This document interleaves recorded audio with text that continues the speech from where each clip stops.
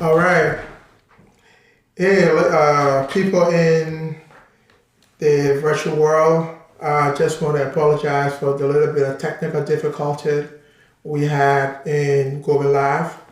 I believe we are now live on YouTube, on Twitch, and also on Facebook. So thank you for joining us and welcome to the Lawrence and Robert Show.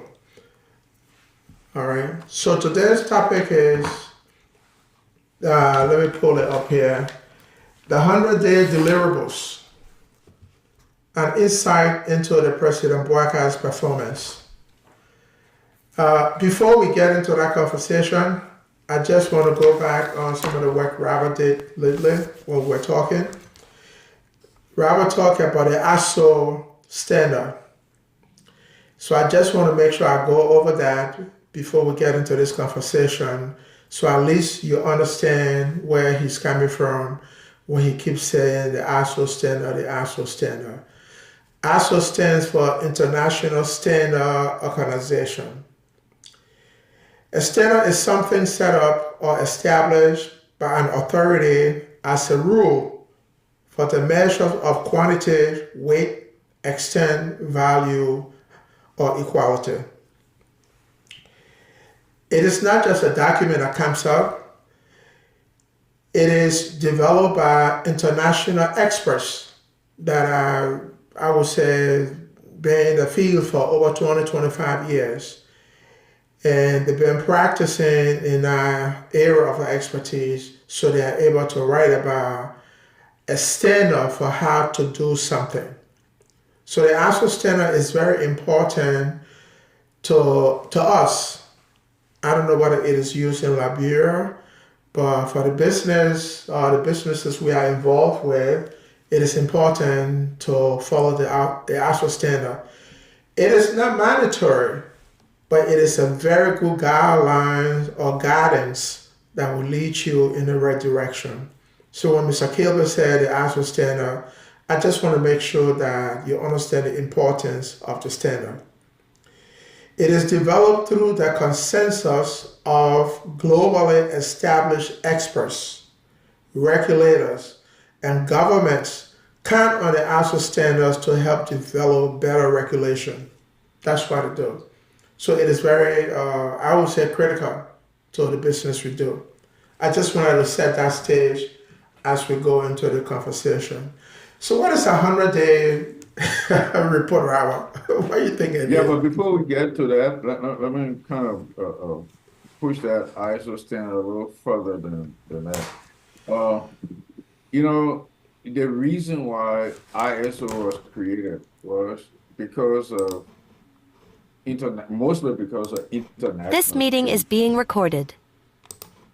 Mostly because of international trade, and it's for international trade relating to very expensive products that you buy overseas. Okay, take for example, suppose I bought a 100-pound bag of onion, or let's say 100 bags of onion from Mexico or from Nigeria or whatever. You don't have to have ISO is not that important because the value of that product is very low. And if they brought half of that onion, the bag, 100 bags of onion got rotten, it was not worth the while for you to sue. ISO standard was to set the standard between countries so that America, for example, you got Boeing selling planes all around the world. So ISO standard was to say, if you got to sell your products overseas, make sure that that quality management system can be relied on the other side where the people are buying these products. And so that because they are so valuable and you don't want to spend a lot of time in court litigating, quality issues. So that's why they have ISO standards for automobiles. You got ISO standards for planes. ISO has standards for every high level for telecommunications. And so everything you spend a lot of money on, you want standards because when it comes to your country, it's supposed to be able to work. Take for example, One of the issues in Liberia is, and I don't want to push this ISO thing, but it's very important so we can establish that and see what the benefit would be, is that they bring these substandard stuff from India and not India, but from China, India too. But they dump them on Liberia.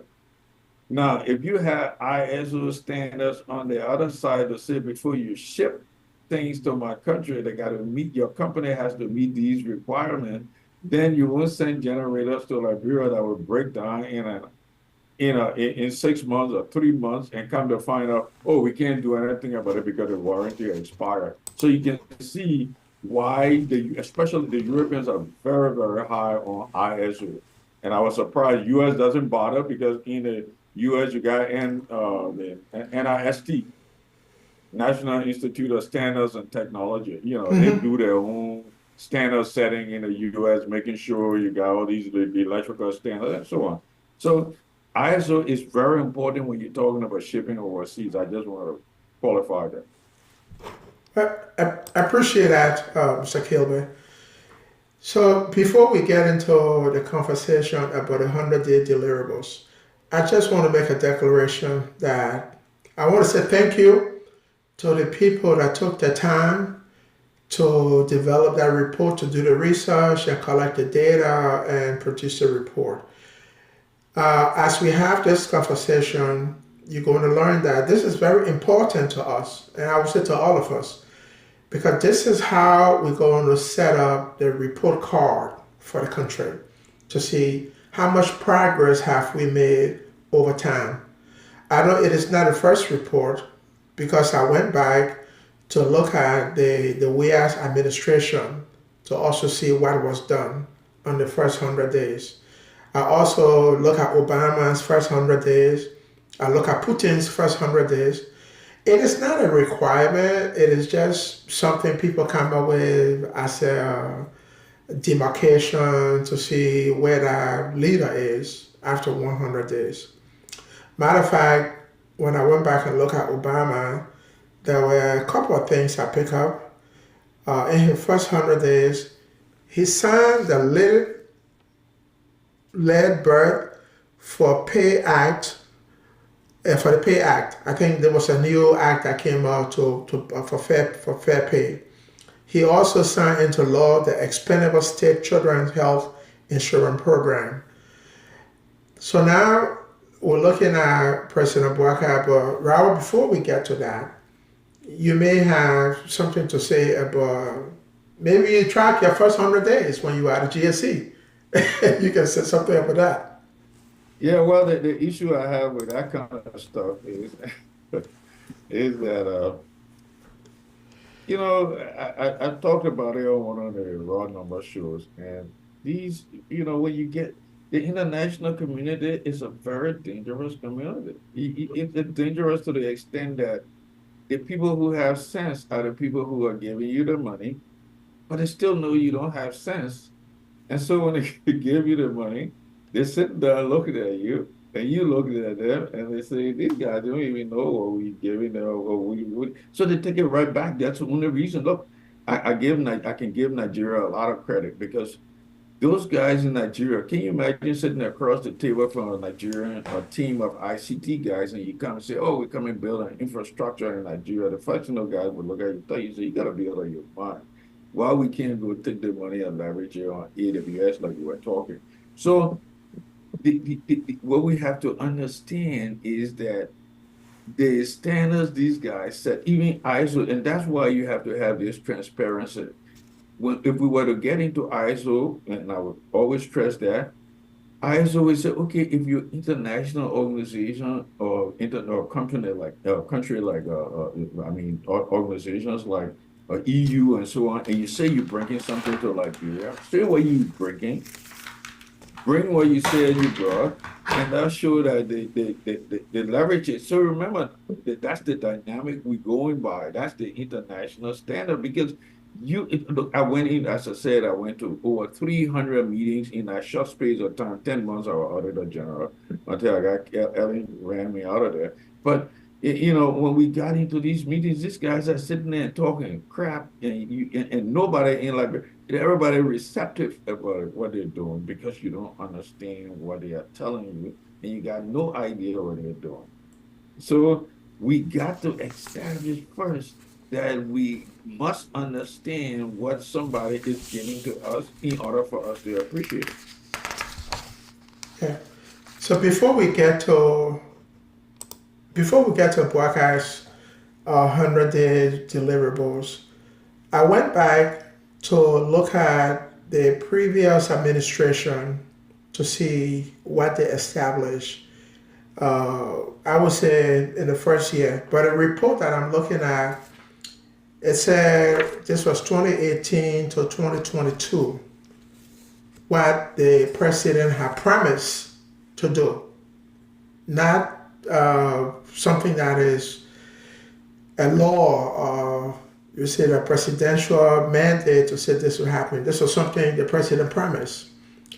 And there were four pillars that the former president promised. One was power to the people, economy and jobs, sustaining the peace, governance, and transparency. And I think the fifth one was COVID-19, pandemic, and state of emergency. So if you look at those five items I just mentioned, and you go back to look at the data behind that, you will get disappointed that some things were not done. So what we're going to do in this conversation is to compare the previous to the present. And my hope is that from now on, we can establish a baseline. And so this is what we got to help, Robert. We got to help these folks. We got to come up with a baseline that is consistent across the board, a standard that we can track over time. And so this way, no one will say, oh, you did something wrong last year because we have the data to show what percent of the work you completed on the stuff you listed. Looking at what I have from the research that I did, it seems like the last 100-day report for Mr. Boaki, it was more detailed than the last administration. So there were 292 items that were identified. Only 8.2% was completed. But those same items in the former administration, it's not the same in the Boaki's administration. That's what I think we have to come together and help the country, the folks that are pulling the data to make sure we can categorize, group things in a way that we can track. We can track. I think you had an opportunity to take a look at that. What do you think, Mr. Kilby? Well, everything you just described is what we call standards. You know that. In other words, the only way you can Correct. compare any two things is by standard. Okay, so to put it like we always do, let's put this discussion into perspective because this has to do with the Liberian government. And when you're talking about government, governmental accounting, governmental auditing, you're talking about performance. And that's because financial is not very important in government operations, except when you go to the SOE, which are state enterprises that do run like businesses, like LPRA, NPA, or NOCAL, they all for-profit stuff, business. But the government in general runs on governmental accounting, which is called fund accounting, FUND, fund accounting. So in other words, the government runs on a fund, which is the budget. They just say, okay, this is the budget and these are the programs you got to carry out. So there's no financial profit, there's not profitability in that type of Correct. business when you're doing government. It's just funding, you funding programs. So what we would be talking about with respect to Joseph Boaki's budget is performance audit. You got to audit the performance and the budget programs perform. Okay, programs perform. In other words, if you say, oh, we UN say we give you $100 million to improve healthcare in Liberia, that we set some criteria and say Okay, only 18% of the country has access to healthcare. And so now when we give you the 100 million, we expect 50% to have healthcare. That's performance. So let's set the stage for this discussion. The stage is this. Performance audit, when we do performance audit, it has to be quantifiable. Quantifiable. Every assertion in your audit report is supposed to be quantifiable. What does that mean? It means that if every line item Boaki say he has here, if I read the report that you send me from an organization, there's nothing quantifiable in the report. It says Boaki said I will be able to do XYZ in the agricultural ministry, but that XYZ is so subjective. We will improve agriculture. Okay, yeah, you will improve agriculture. What does that mean? It has to be quantifiable. We have 1,000 agricultural farms and 1,000 farmers that will be supported by agriculture. They, will buy the produce. So it has to be quantifiable. What I see in this stuff is they're writing these subjective things that cannot be quantifiable. Auditors don't write a report that's not quantifiable. You got to be able to quantify it. That's the reason why you see, auditors can be sued for negligence. Doctors can be sued for negligence. Lawyers can be sued for negligence. Why can auditors be sued for negligence? Auditors can be sued for negligence simply because when you audit, you are saying you're making an assertion in the audit report to say, oh, we went and reviewed Boaki, if it was a compliant audit report, and we said, oh, we went and reviewed Boaki 100 days plan, and it was not materially flawed. So when we say it's not materially flawed, it means we went through all these things he said he was going to do because he had some quantifiable numbers. He was putting numbers there and say, we'll have 4 medical clinics, we'll have 8 days, we'll have 8 that. But if you say, oh, we improve healthcare in the country, what does that mean? So you cannot measure that. Quantifiability means you should be able to measure what you see. So this thing is just window dressing that I'm looking at in terms of report and saying, oh yeah, we achieved this. We got 18 points. Our goal was 35 points. Tell me what the goal meant. Did you quantify anything? That's the first problem I got with both reports. There's no quantifiability. So you subjecting us to whatever you want us to believe. We're all and another auditor should be able to come in, and 10 auditors come in should be able to come up with the same result. Right, right. Absolutely right. When I took a look at the report, I also realized that it was focused more on the government ministries. You know, what has public works done, or what is public works working on, what is agriculture, or what is transport doing. I don't know whether that's a format we want to see going on in the future, or we should recommend other categories that they should focus on. If you look at health as a whole, holistically, and say health as a data item we want to monitor, the line items can be many. How many hospitals do I have? What I do I have cancer treatment? Do I have diabetic treatment? Some of those may be zero, but you can start tracking where we're making progress.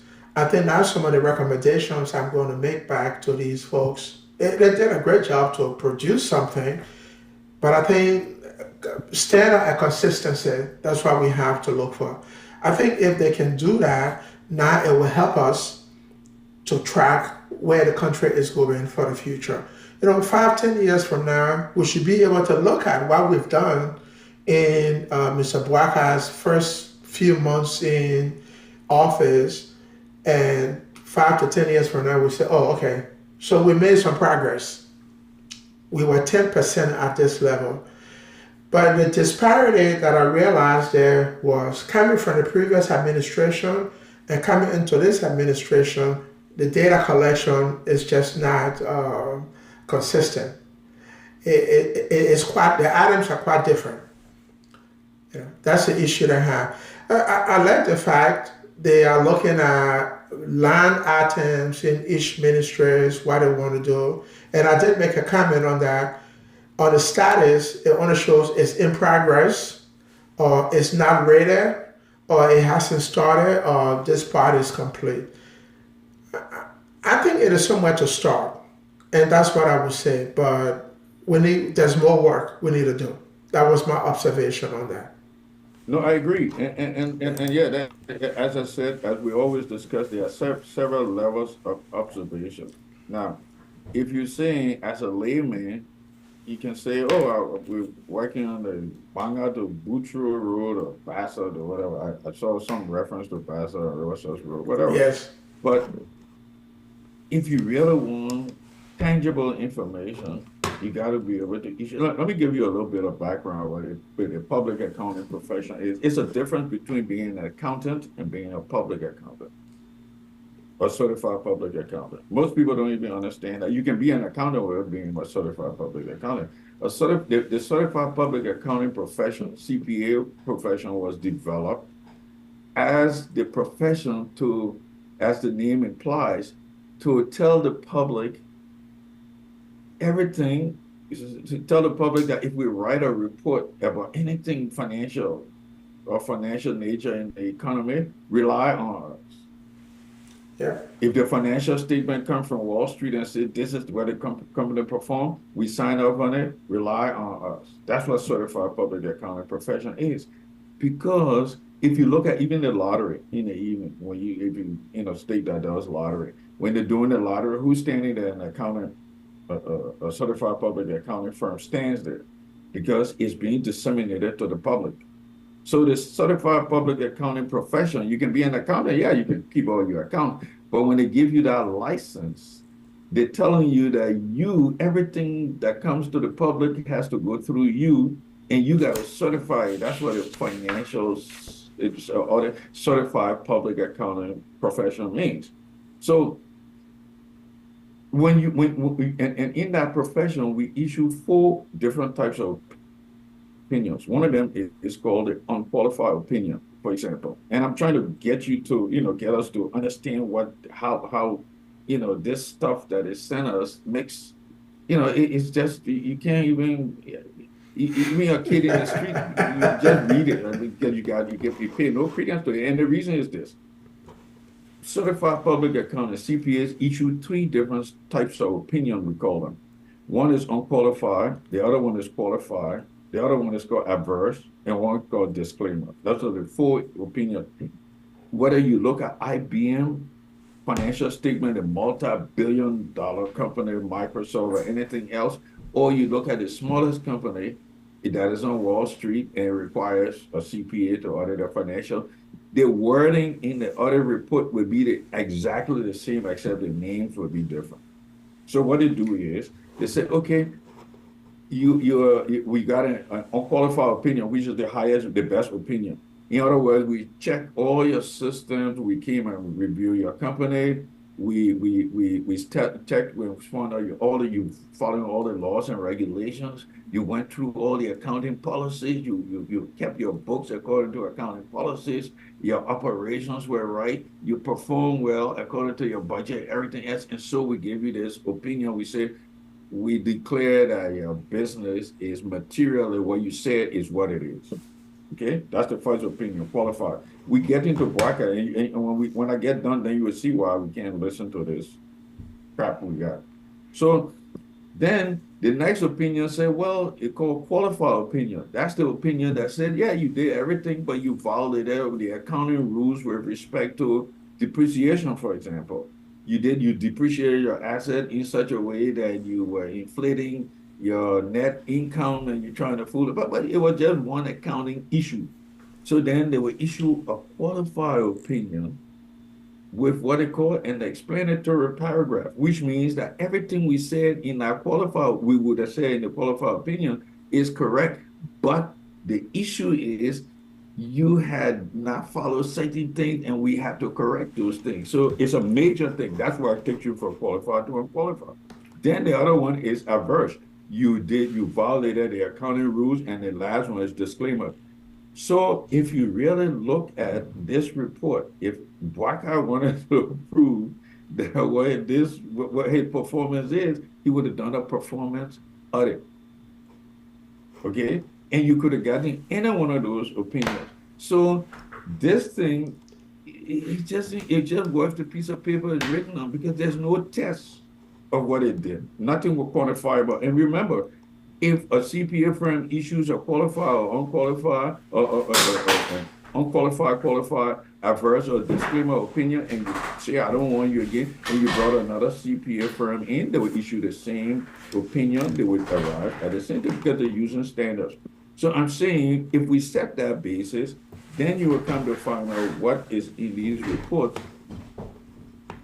It's just window dressing and got no reason for me to believe what it says because nobody independently did it. Yeah, I mean, I tend to agree with you on the legitimacy of the report, but if you look at the time span of what is it, 3 months and few days, 100 days, I think it's like a quick look to say, well, hey, 100 days is a quick look. I think your argument, which I tend to agree with, if we were to go into 2025, 2026, I think it will be something we're really going to demand to say we want to do that kind of audit you describing. Because by then we have enough data to really go back to say do an audit. But 3 months into a position, I wouldn't even do that to you to say, hey, I want to audit Robert Kilby or I want to see what Robert Kilby has done. I think this is just like a quick look to see where they're looking. That was my pick on that. No, I fully agree with you, and you did a good spin on it. Why can't you hire you? Because if they have continuity, then time span or when you get you really think that when George Bush, when Trump or when Biden come in, don't you know they already got an infrastructure? Even he stayed there one day. Do you know they can generate a report to say you stay there 1 week? We can tell what you did. Oh yeah. I mean, because of continuity.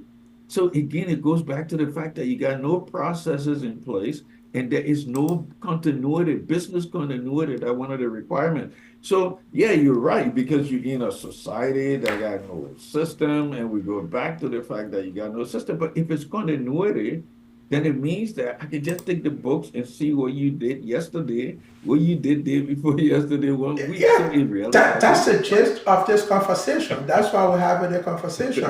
That continuity you just So mentioned. Boaki, they shouldn't be sending Yeah. this kind of stuff out But to the public so because if you look at this in fact report, it shouldn't right, be. that I Mhm. have, that's why I try to compare. If you go back to the previous administration, they said the president made many promises that he was going to do A, B, C, D. But it broke those promises into four pillars. Power to the people. I don't know whether how important that is.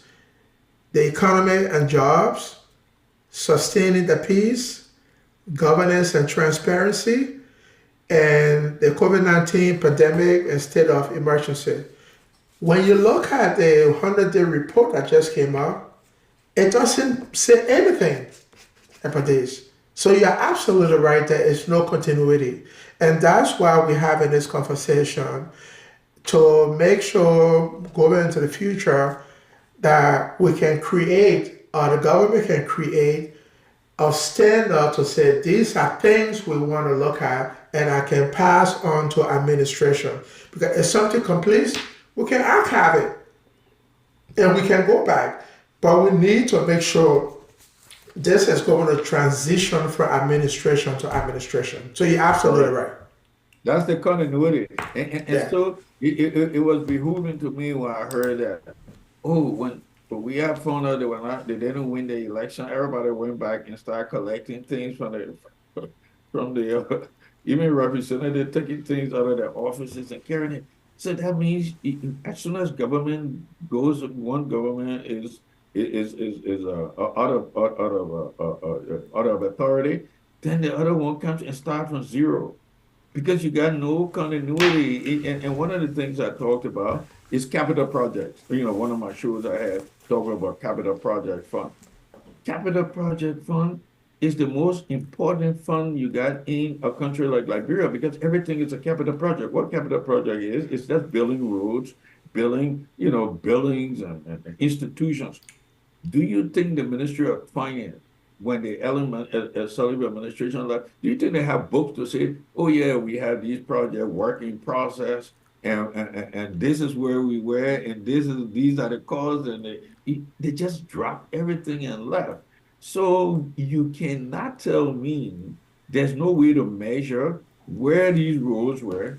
In fact, all the books got obliterated when one administration changes to the another. Another one is the General Services Commission. Everybody take their cars, repaint it. I called somebody in Liberia before I shipped my car. I said, oh, you know what did I want? They said, oh, you can't find anybody now because everybody painting their cars. What type of continuity is that from government to government? You can't just take everything and go. So again, we go right back to it that the substance, there's no substance in this stuff because there's no basis for verification. And one of the things you get in accounting, if you do auditing, you will find out it said the only way we can audit is if you have a comprehensive basis of accounting. That's a serious concept. Comprehensive basis of accounting means that, oh, for me to, again, auditors can audit anything, but it has to be a comprehensive basis for accounting. Well, I don't mean financially. So I use the example, you go to a doctor's office, and if it's not a comprehensive set of procedures that have to culminate into the doctor making his decision, then that's not a comprehensive basis of accounting because you cannot start from one and get to the end and the other auditor come from one and start to the same and end up with the same result. So that's the comprehensive, that's why cash in accounting, when they say you're doing accounting on a cash basis, it's not a comprehensive basis of accounting because you're just talking about cash being paid and received, Right. cash being paid, but it's not a comprehensive basis. So that's what we need to establish. So that should tell you that this thing that we got, and they say 100 points, if I was to say, okay, show me why point one is supposed to be tangible. Why? How can I verify point one? You can't verify anything of these people. Yeah. No, Zero. I mean, you make sense. And like I said, I agree with you. And my sympathy is just for starting, because we don't have a baseline. And that's how we put it. We don't have a baseline to build on. And this is why I think those of us in the diaspora, we need to come together and look at these issues, people like you, CPA, and say, how do we establish a baseline? The baseline that we're going to start, let's take 2024. We're going to establish our baseline. And this is where we're going to leap off of, moving into the future. And so if we're doing agriculture, we can measure agriculture. We know what we're doing with a pesticide, fertilizer, how we're doing it, how we're growing rice, the quantity we've grown, where we are, the whole country or the counties. We should be able to collect that data. We should be able to collect that data. And I think doing this, like I always tell people, you and I working on this, it is to bring awareness and to help to educate the next generation of approaches we should use as we move forward into the future. And I think this is going to benefit all of us because at least we're going to make the noise and make sure people understand what we're talking about. And we're going to hold them accountable. Hey, I'm hoping next year, I would say 1 year mark, we'll have something tangible to look at instead of going back and looking at each ministry. Because this doesn't take the rest of the country into consideration. It is one of the ministries that we're looking at in this report.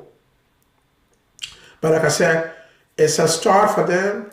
My only disappointment is that there's no parity between or consistency, or you would say continuity from the previous to the present administration. Okay, and what you just stated is an accounting principle. If you produce a financial statement in accounting, okay, in accounting, you produce a financial statement. If you don't have any comparison, we call it comparative financial statement. If you give me a financial statement and say, oh, I give you this financial statement for this year, I would tell you, say that's nonsense. I must be able to compare with something. You Yeah, can say, oh, this is my first year of starting, then we call it a pro forma because you're projecting what you need to do. But it has to be a comparative financial statement. And that's the only way you make decisions because you can compare one year to another. If you cannot compare 2 years, you don't have a financial statement I can rely on yeah, because hey, you got to be able to do comparison. And that's why in accounting you have comparative financial statement. In Liberia, you don't have a comparative financial statement. You don't I even agree. have a financial statement.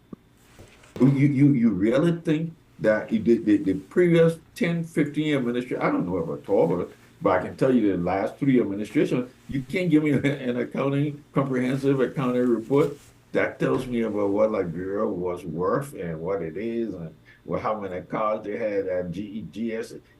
The country is running on an ad hoc basis. And you know what ad hoc means. Yeah.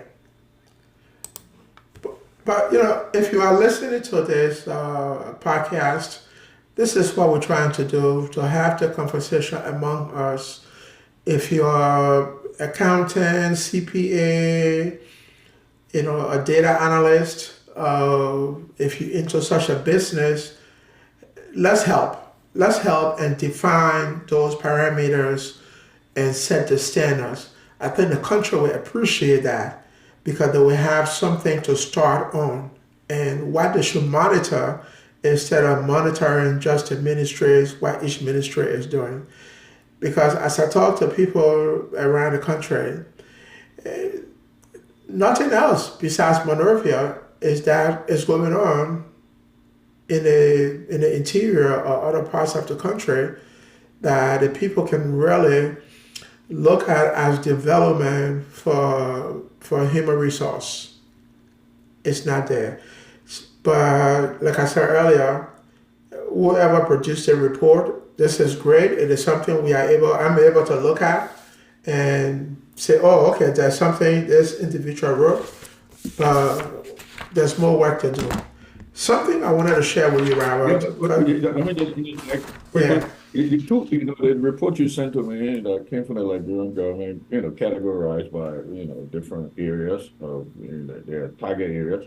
Two things jump up at me. One of them, they talk about the CTN number that we talked about in the last show. Ah, They okay. didn't see CTN. They talk about CTN. That was one of the things that is still being observed. Hopefully, they will be able to go through that CTN number at the port to see that those guys disjointed or they just stole that little feature from it and they're making money off it. The second thing I saw about it on the National Transit Authority was single sourcing.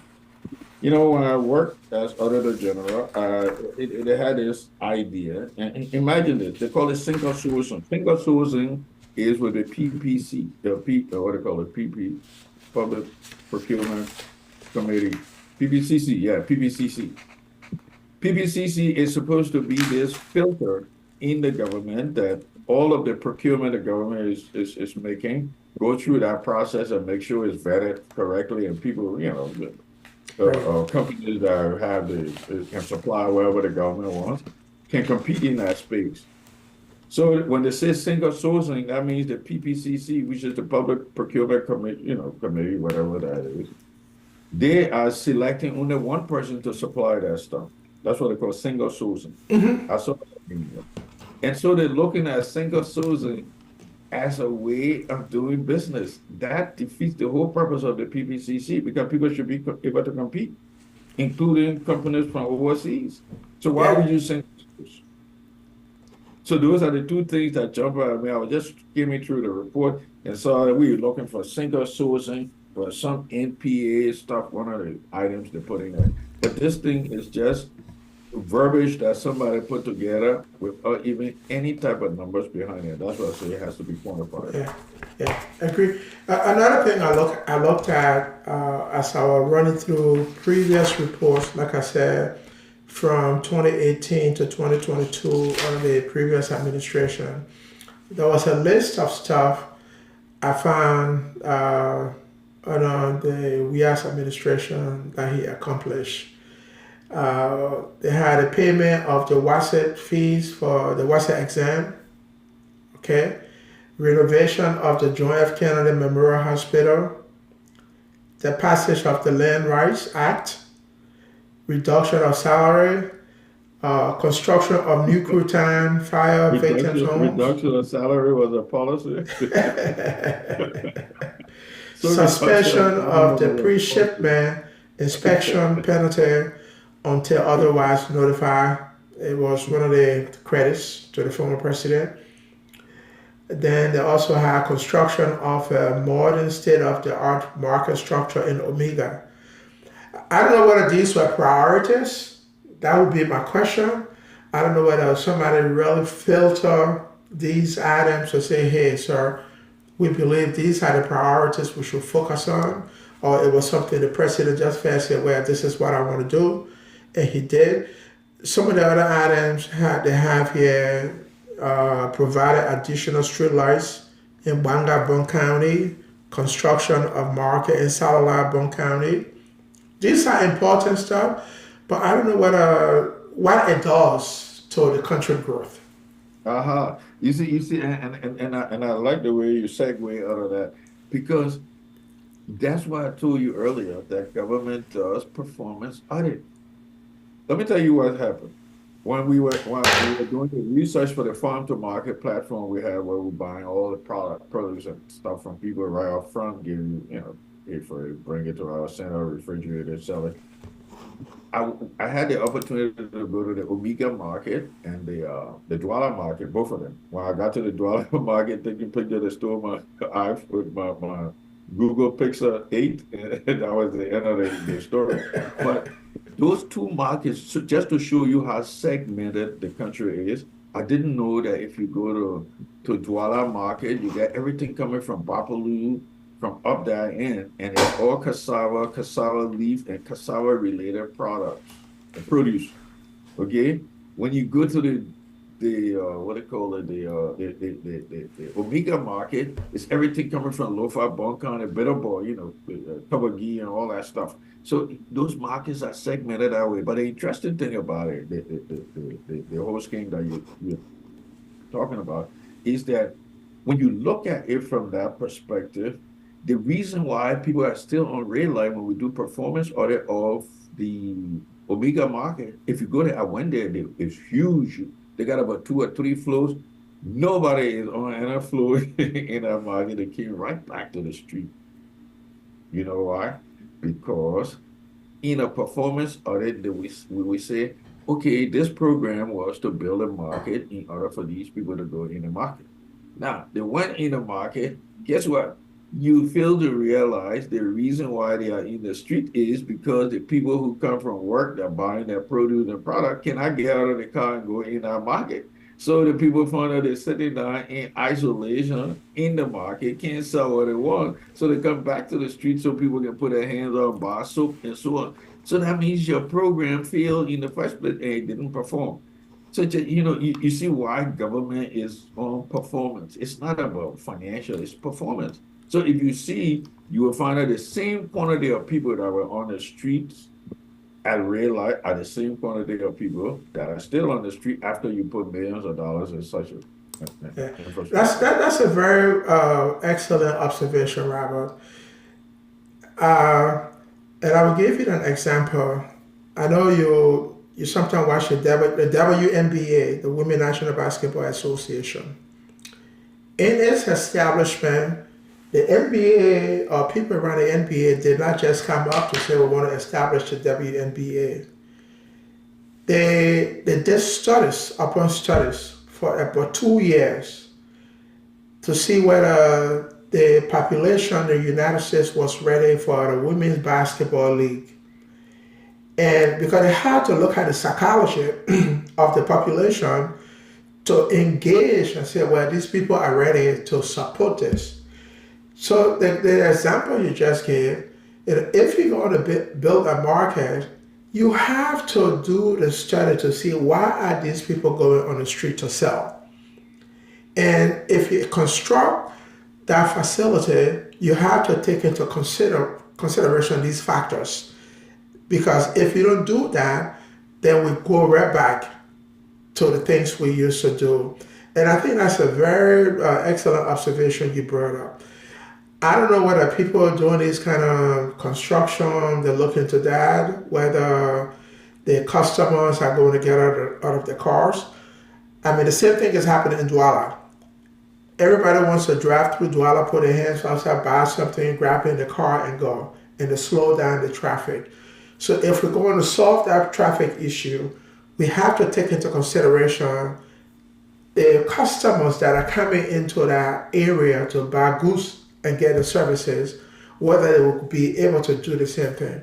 I think those are some of the things we got to start talking about. Let's think about his business model. Let's think about his business model. Suppose you say, okay, I would develop a business model in Liberia whereby everybody coming from work, if you get in my green tech, all my taxes would be green. But my taxes, I would put a little a transient parking area at what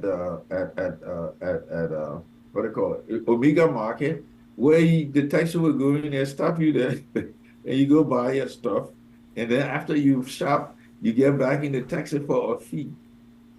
Okay, you get back in the taxi for that's a whole business model because that business model is saying you don't have to be reaching out of there, and our taxi will take you to it, but we will move after 30 minutes and go. Everybody will get your taxi because they want to go and navigate that market Hmm. and go through the market. So when you're thinking outside of the box, you got to be able to say, first find root cause analysis. Like, when we went to LU, I was telling those kids Right. two things you need to do.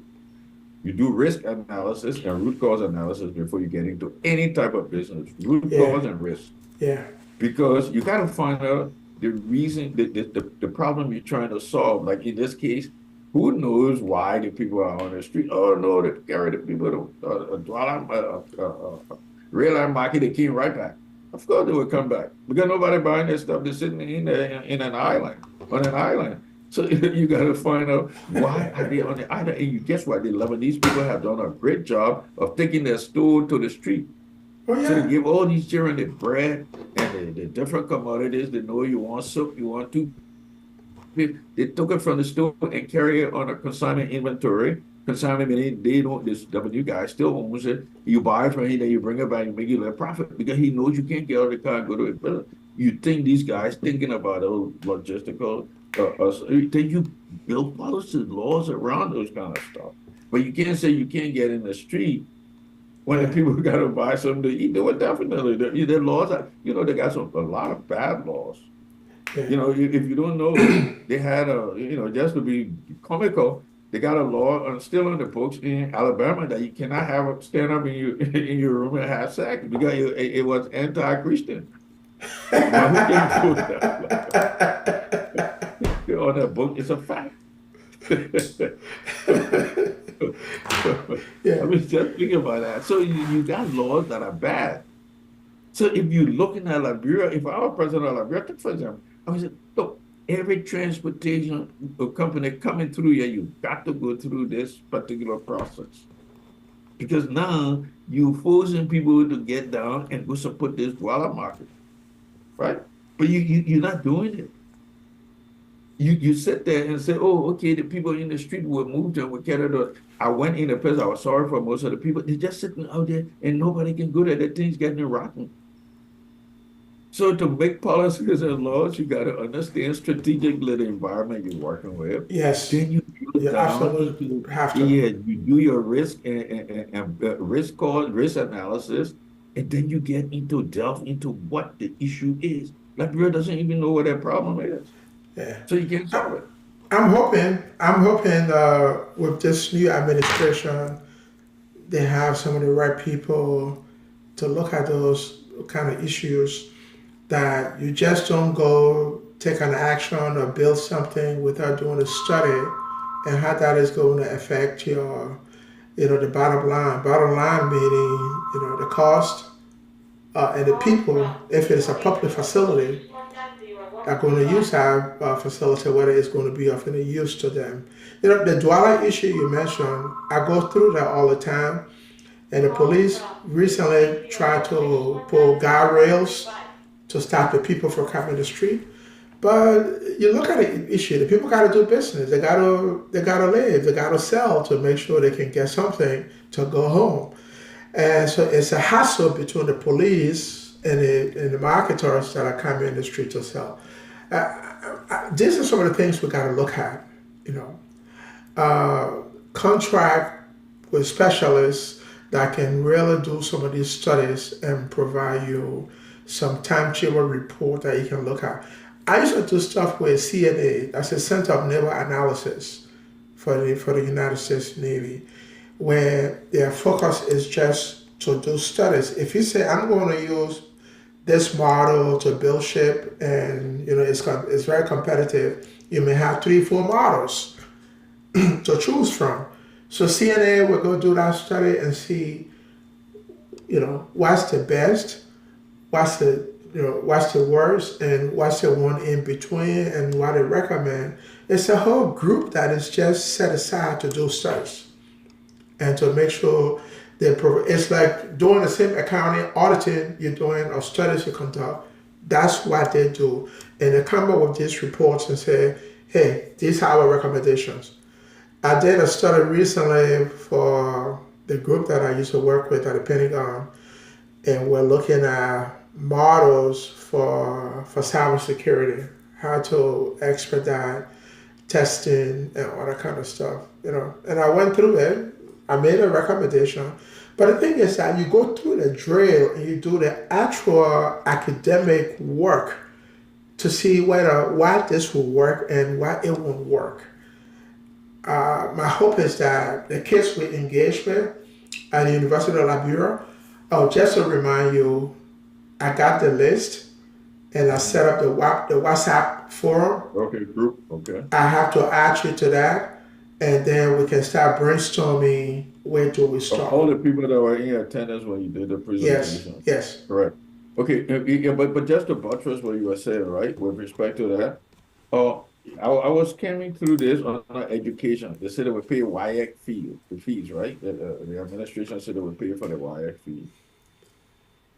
What I think they need to do on the education is to start, one of Liberia's fundamental problems today is the lack of ethics, we said, okay, the lack of ethics and civics. I will mandate that everybody out of sixth grade will have to study civics from seventh grade up, civics and ethics. You have to explain it because the fundamental problem in Liberia is the lack of understanding what the government role is. And we went to school. I remember, the civics, we yeah, had this little book, I think about like 100 or so many pages. But of course, civics and government.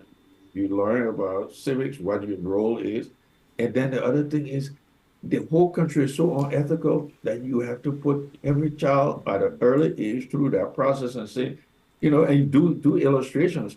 If you go and steal something, how it will affect you, teach them ethics because absent that, you got a society that is as corrupt as you can find. You can do all the education that will not be ethical. It's a shame. that's correct. So I expect that on our education, two things, civics and ethics. And it has to be mandatory. And it's easier to teach those things these days because of the proliferation of AI, artificial intelligence. You can even have these animated things showing people when you steal how you go to jail. We can animate that stuff to even the lower level kids so they can understand. Tell them you were saying. Okay, in Japan, the reason why I'm sure the US is replicating what you saw in Virginia was because those Japanese kids, all they do to specialize. All my developers are in India. Those guys are the sharpest guys when if you can think about it. So at that early age, kids learn quicker, and you got to teach them ethics. That going out there, somebody give you money, and you go buy something, and you keep the money in your pocket, it doesn't benefit you. You got to start at that Yeah, level. yeah. No, that's a very good point. So I sent a WhatsApp message to those kids today, and I said maybe sometime in June, you and I will engage with them. And you bring up a very excellent point again. That is, what I wanted to do, the very first thing with them is to go over Lean Six Sigma. Right. And the reason I want to do that is to start preparing them to think about things you do, processes you go through, and why you shouldn't just get at something and just do it without thinking about it. And variations. in things, why something is bad, and why you make these decisions you make. And so this way we can start preparing them about ethics. Uh, you can't say because nobody around, so I'm going to take that $5 off the table. You can't say because nobody around, so I'm going to steal that piece of banana from in a bowl or take the apple from in the bowl. There's no apple in Liberia. I would say orange from in the bowl. But these are things we need to do to help the population to start thinking as we grow up. Matter of fact, the schools we can go to the elementary schools. We don't even have to go there to their computer. The computer, we Yeah, don't have to. electronic means to communicate. Yeah. Yeah, we have many means to communicate. So I think it's a very good future with our presence in the system to see how we can help to uplift the people. To uplift the people. I'm sitting here thinking about a virtual environment where you can teach basic hardware or computer skills. You don't have to be in a classroom. You know, but In fact, not cutting you off, but think about this.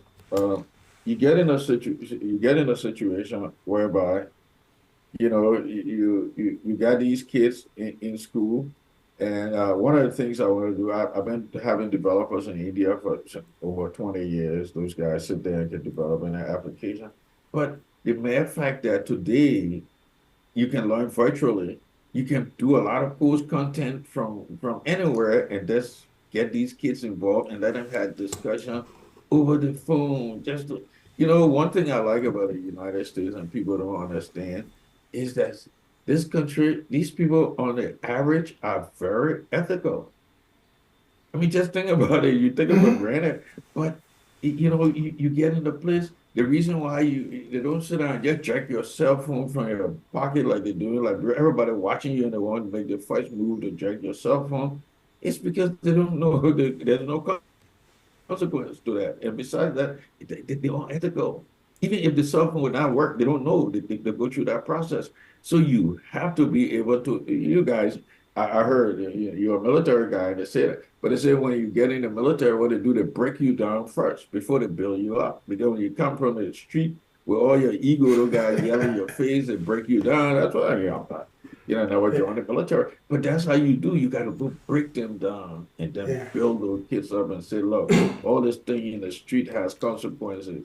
The thing you've been doing has consequences. You just can't be, have a society that a bunch of zombies. Look, I went to Liberia, everybody just looking around. Nobody know what the next step is. Nobody knows. It's pathetic. yeah. I So went one time, I mean, because as I said, I went to the Liberia Revenue Authority multiple times, and they got an intersection there when you veer off to go there. They got everybody doing what, and the police, everywhere you see the police crowded, we got to beg them for money and all that stuff. But anyway, I tried to turn. One guy came in and he hit my car. He telling the police that I hit his car. He said, I hit his car. I said, yeah, oh, so we hit you, you didn't hit us. But that's how unethical. You cannot run a society with that kind of mindset. yeah. We got more work to do. It A was a lot. good thing that we spent some time to look at the 100-day deliverables. Like I said earlier, it is something to read, to look at.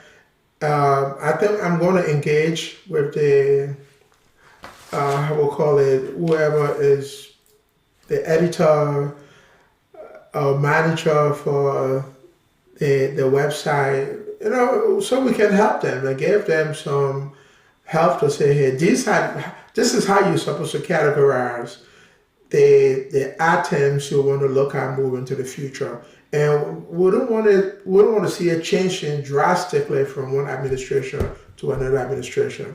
I mean, there are things you're going to complete in one administration that you may not have to take to the next one, but we should be able to even go back to the history to look at, what was accomplished, what failed, what didn't, what was not successful, and so forth.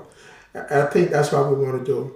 I just sent an email to the gentleman, email address. I got to call him Eddie. Yeah, you and I were going to get on and talk about this, but I think it's a very cultural conversation talking about your experience with accounting, which is very huge. It's not just accounting, but it is a principle of the way you think about situation. That we don't have too many of us in Liberia to do that. But you see, that's why I was trying to tell you that the first course I took in philosophy set my brains for Yeah. everything. It applied to computers. If you okay, like for example, you say, I got this computer system I'm looking at. Okay, I'm into computers. And people will say I'm an IT guy. Why? Because he's sitting there and he can install Microsoft Office on your computer. He said he's an IT guy. Nothing wrong with that. Then they got the other guy who say I'm an IT guy because I know how to do Microsoft Word. Yeah, that's IT.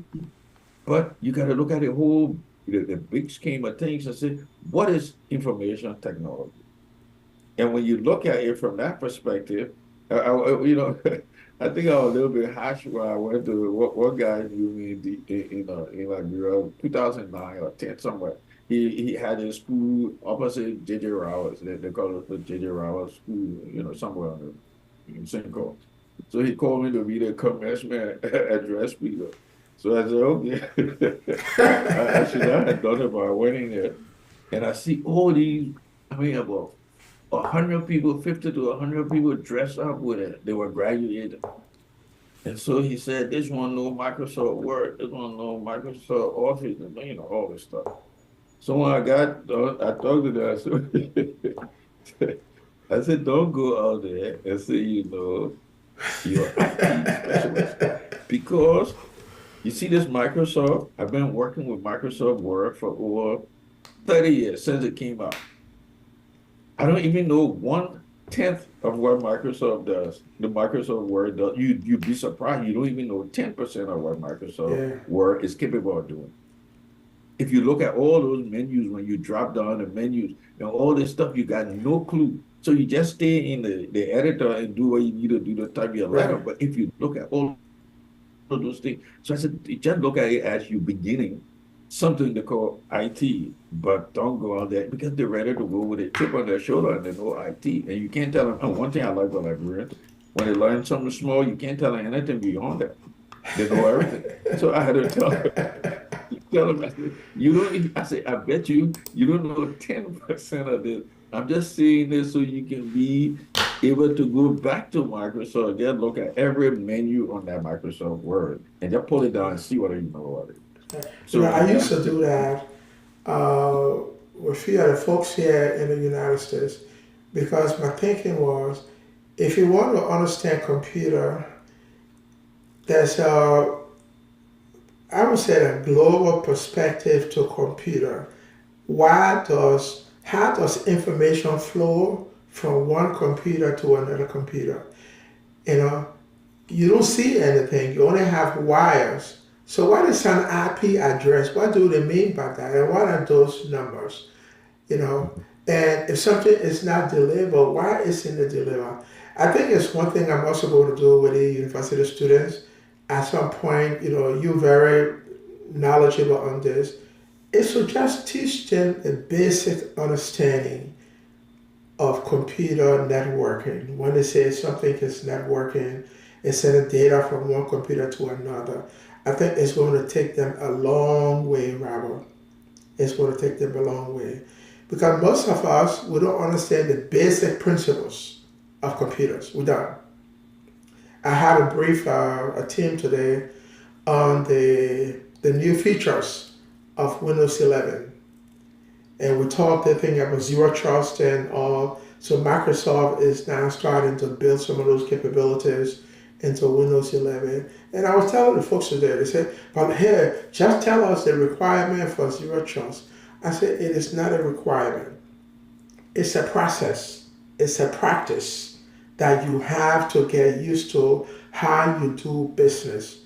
It's like a hygiene. If you're going to eat, you wash your hands before you eat.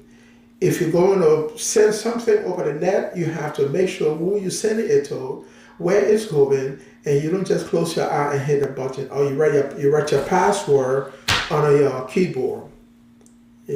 So these are some of the simple things maybe we can help.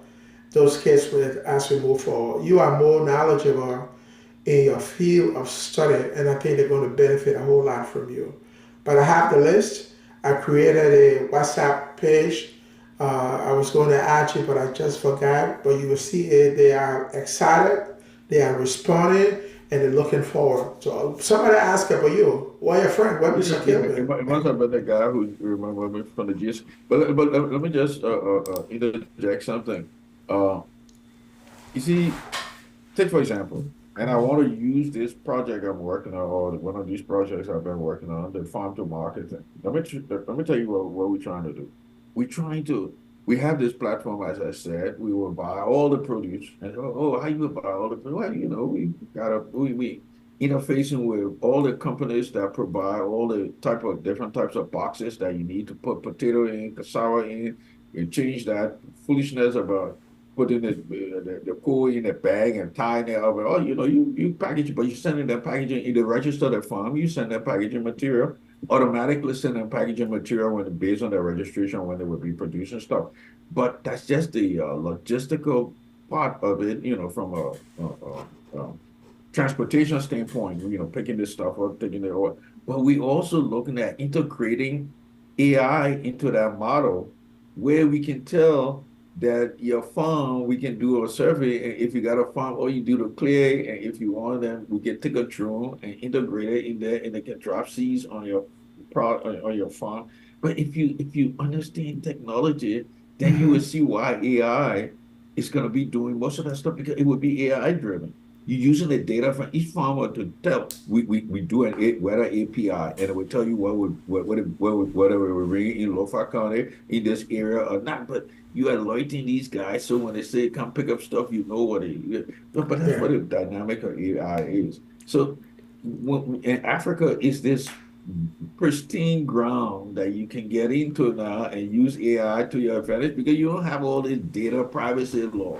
In America, you just Right. can't buy any data. Your people are needing because of this, the United or the European other Union with a privacy. GDPR because those guys are very strong You on got that thing. GDPR, yeah. Yeah, you don't mess Correct. with And the then European on everybody, that. but in Africa, you get fair game. And not only that, but they got nothing to hide. Nobody in Yeah, Africa got anything. yeah. You And know? it is something we need to look at across the continent Correct. about privacy.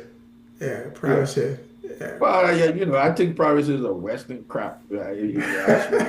It's a, Yeah, because you think something is as private as you want it to be.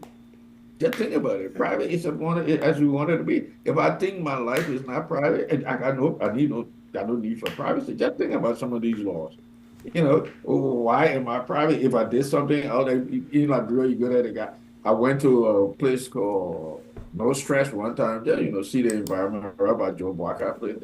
And everybody's sitting there drinking. So I took my camera just to take picture. Oh no, you can't take picture because most of these guys here with their girlfriend and their wives home before you put it on Facebook. So you go in a public area, you're not allowed to take pictures. And you look at it, I said, "Oh, my man, you can't take my picture." I said, "But I got a that's camera. I mean, ridiculous. yeah, because then somebody will say, "Oh no, their wives home and that they were their girlfriend before their wife know you put it on Facebook."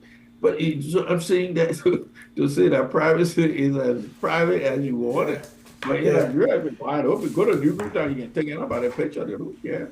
yeah. So that Western privacy thing, I think it's just a bunch of games. They're more sophisticated than Well, the anything. technology is more advanced, and Correct. there's more things you could lose in the Yeah, West. yeah. Yeah, and In the so society, right. yeah, But it's I'm a different saying, society. in Africa, you got nothing to lose. Yeah, you got You nothing to lose. Yeah, you got nothing to lose. So I go Okay, through well, Robert, I don't want to hold you too long. I think this was an okay. impromptu podcast this evening because we wanted to just talk about the 100-day deliverables for Mr. Boaki. But before we leave, I just want to say to folks listening on YouTube, Twitch, and Facebook, there's a good friend of mine who passed away a few weeks ago in Jersey, Alexander.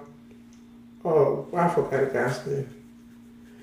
Alexander passed away, and I will be going into Barclay, Alexander Barclay. He died something last month. The funeral is this weekend. So most of us from the New Jersey area, I know the folks from Georgia will be coming for the funeral. We just want to say may his soul rest in peace and my condolences to his family. Yeah. Mr. Kilmer, you have the last word. Well, just, thanks for the audience, the listeners. If we making a difference, it makes sense. But we just trying to, I guess, the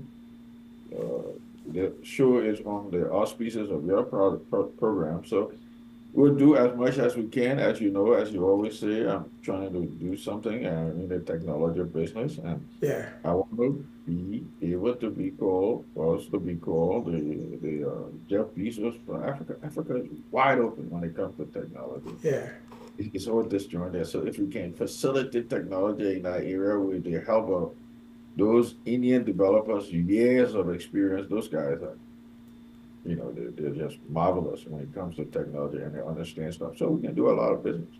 In yeah. Africa, I told you it transcends the entire continent.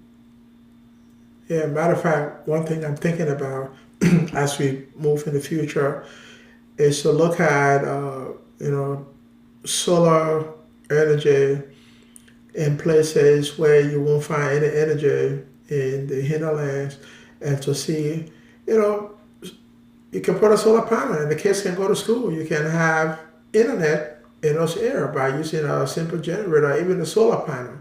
There are technologies we can think about to help the country to move forward. Then say we're waiting for electricity to come before the kids can go to school. I think we've passed that stage, and there's a whole lot of difference we can make. So I think talking about it, and hopefully others will join us so to discuss this. I think it's going to make a difference. I truly believe it's going to make a difference. Yeah. Well, Mr. Kilger, thank you again very much. And those that had the time to listen to us, we appreciate your time. And our next podcast is going to be sometime next week. And we're going to be talking about a favorite subject of Mr. Kilby, which has to do with real estate. If you are going to be around, listen to that. You're going to learn a whole lot. If you want to buy land in Liberia and some of the headaches you're going to go through, maybe Robert can share some information with you to avoid some of the pitfalls.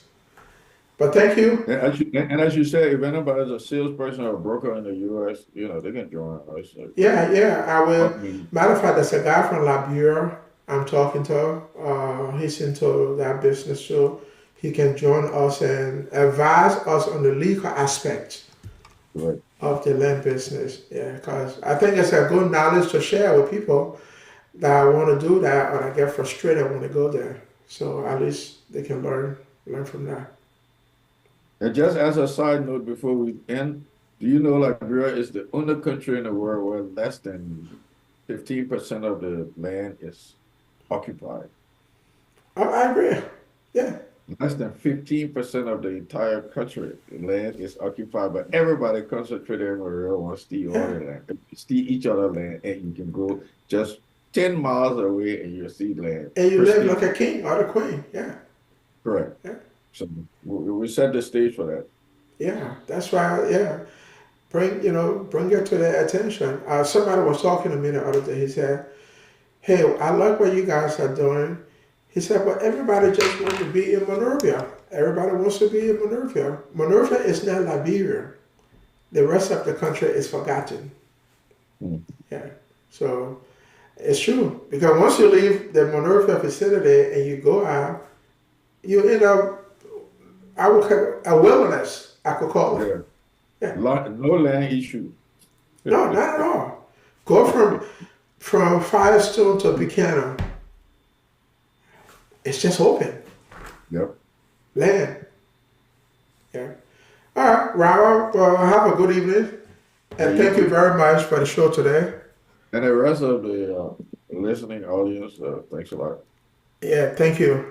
Uh, I think I was able to get to Twitter, Hmm. Twitch, Hmm. and also to YouTube. If I didn't, then I gotta find out what the heck did I do wrong. But I know Yeah. we're on live on three platforms as I Great. look at the screen. Great. All right, begin. I'll talk to Yeah. you. Okay. Thank All you, right. too. All right.